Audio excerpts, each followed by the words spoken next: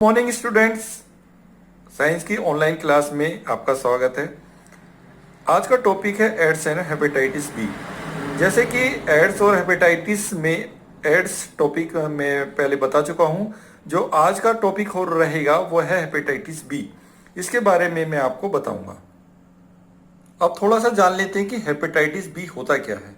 Hepatitis B एक अंग्रेजी का शब्द है। इसको हिंदी में यकृत शोथ क्षय के नाम से जाना जाता है। हेपेटाइटिस बी वायरस HBV के कारण होने वाली संक्रामक बीमारी है जो मनुष्य के साथ बंदरों की प्रजाति के लीवर को भी संक्रमित करती है। इसके कारण लीवर में सूजन और जलन पैदा होती है जिसे हेपेटाइटिस कहते हैं। मूलतः सीरम हेपेटाइटिस के रूप में ज्ञात इस बीमारी के कारण एशिया और अफ्रीका में महामारी पैदा हो चुकी है और चीन में यह स्थानिक मारक है। विश्व की जनसंख्या के 1/3 लोग 2 अरब से अधिक हेपेटाइटिस बी वायरस से संक्रमित हो चुके हैं। इनमें से 35 करोड़ इस वायरस के दीर्घकालिक वाहक के रूप में शामिल है। हेपेटाइटिस बी वायरस का संक्रमण रक्त या शरीर के तरल पदार्थ के संपर्क में आने से होता है। इसके जो मुख्य संकेत होते हैं या जो लक्षण होते हैं वो लीवर में सूजन, उल्टी, जलन, जो अंतः पीलिया और कभी कभी मौत का कारण हो सकते हैं। दीर्घकालीन हेपेटाइटिस बी के कारण अंतः लीवर सिरोसिस और लीवर कैंसर भी हो सकता है जो एक घातक बीमारी है जिस पर कीमोथेरेपी का भी बहुत कम असर पड़ता है। डिटेल में देख लेते हैं कि हेपेटाइटिस होता क्या है। हेपेटाइटिस जो होता है लीवर की सूजन की स्थिति को संदर्भित करता है। हेपेटाइटिस के 4 सामान्य प्रकार वायरल संक्रमण के कारण होते हैं, लेकिन हेपेटाइटिस के अन्य संभावित कारण भी होते हैं।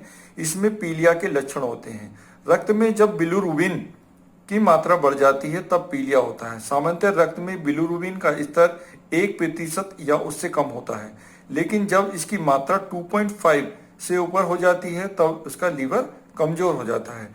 हेपेटाइटिस के लक्षण यानी सिम्टम ऑफ हेपेटाइटिस निम्न लक्षण होते हैं। जैसे नंबर 1 है लीवर की कोशिकाओं में सूजन आना, थकान, फ्लू जैसे लक्षण दिखना, पेट में दर्द होना, भूख कम लगना, अचानक वजन घटना। नंबर 6 पे जैसे है पीले रंग की त्वचा और आंखें जो पीलिया के संकेत हो सकती है, हल्का बुखार, मितली और उल्टी लगना, और लास्ट जैसे कि मांसपेशियों में या जोड़ों में दर्द आदि। अब देख लेते हैं कि हेपेटाइटिस के रोकथाम यानी हेपेटाइटिस के रोकथाम क्या है। Prevention of hepatitis. हेपेटाइटिस से बचाव के निम्न उपाय हैं। जैसे नंबर 1 पे है लीवर को स्वस्थ रखने के लिए साफ सुथरा भोजन और साफ पानी का प्रयोग करना। 2 पर है बाहर का खाना खाने से बचें, यदि खाना भी पड़े तो साफ सफाई देखकर ही खाएं।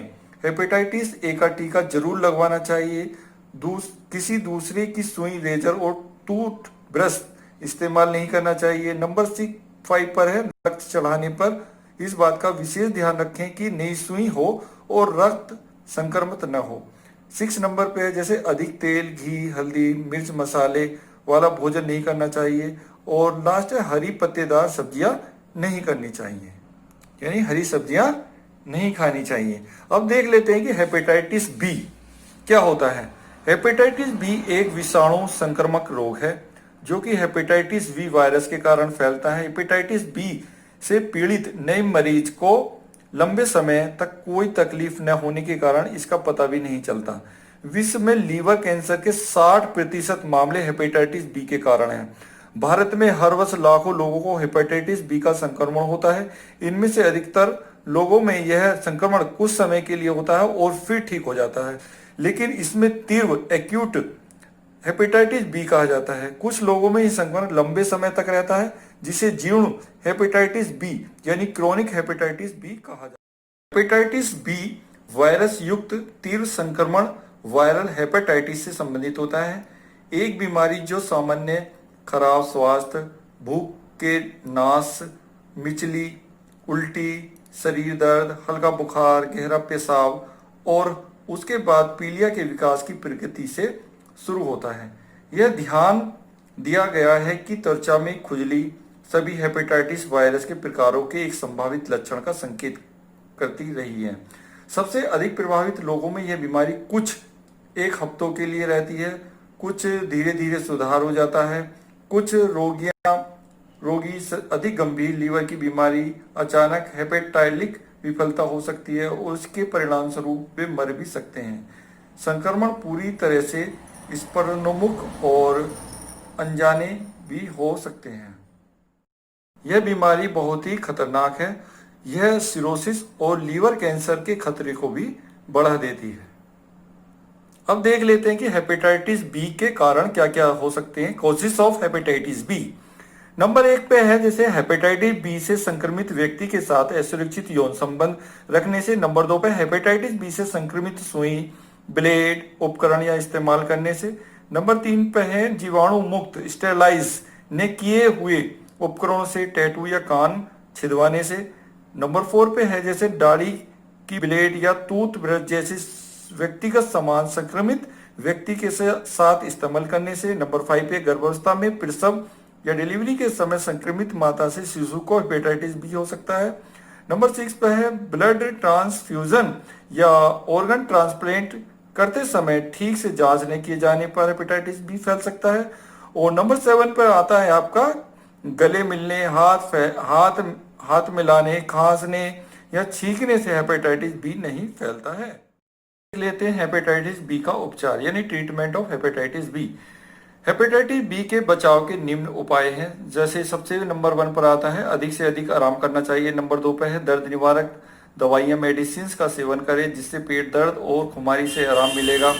तीसरा है ढीले और हल्के कपड़े पहने और जितना हो सके ठंडे वातावरण यानी कूल एनवायरनमेंट में रहना चाहिए। नंबर 5 है गर्म पानी से नहाने से बचें।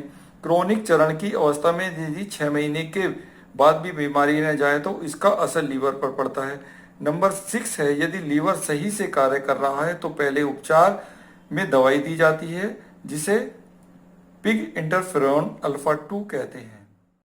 और लास्ट में देख लेते हैं कि हेपेटाइटिस बी के कौन कौन सी जांचें करवानी चाहिए यानी डायग्नोस ऑफ हेपेटाइटिस बी।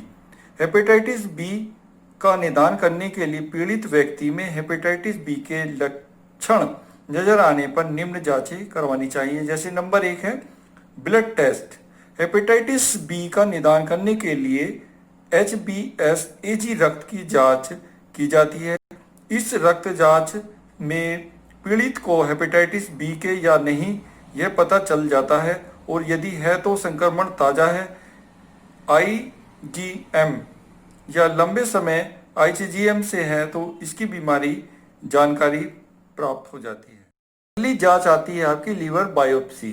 यदि हेपेटाइटिस बी के कारण लीवर खराब होने की आशंका होती है तो लीवर की स्थिति जानने के लिए लीवर बायोप्सी की जाती है। अब देखते हैं आगे। तीसरी है HbAg यानी हेपेटाइटिस बी की तीव्रता जांचने के लिए जांच की जाती है। नंबर 4 पर है आपका लीवर प्रकार्य टेस्ट यानी liver function test. Hepatitis B के कारण लीवर पर क्या असर हुआ है इसकी स्थिति जानने के लिए जांच की जाती है। नंबर 5 है अल्ट्रासाउंड स्कैन यानी हेपेटाइटिस बी के कारण लीवर की स्थिति कैसी है यह ज्ञात करने के लिए डॉक्टर पेट की सोनोग्राफी करने की सलाह देता है। उससे पता चलता है कि इसमें ये रोग है या नहीं।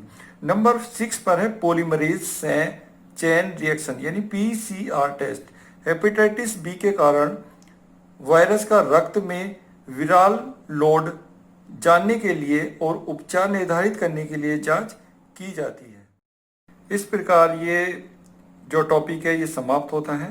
थोड़ा सा अब देख लेते हैं कि हमने अब तक इसमें क्या पढ़ा।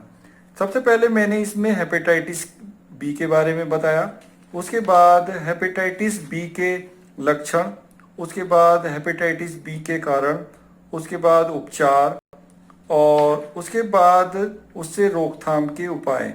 ये सारी चीज़ें कभी कभी एग्ज़ाम में पूछ लेता है। इसके अलावा भी मैं बता दूं कि एग्ज़ाम में क्या क्या पूछ सकते हैं।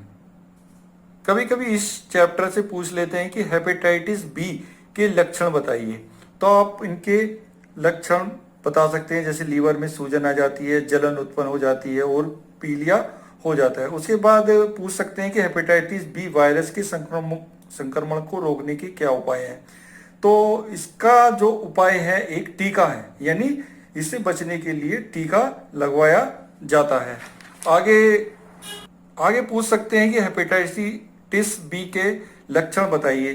तो उसमें लीवर में सूजन आना होता है, लीवर में जलन होना होता है, पीलिया होना होता है, ये आदि सारे लक्षण आप बता सकते हैं। अगला क्वेश्चन आ सकता है, जैसे हेपेटाइटिस बी के टीके की खोज किस वैज्ञानिक ने की थी?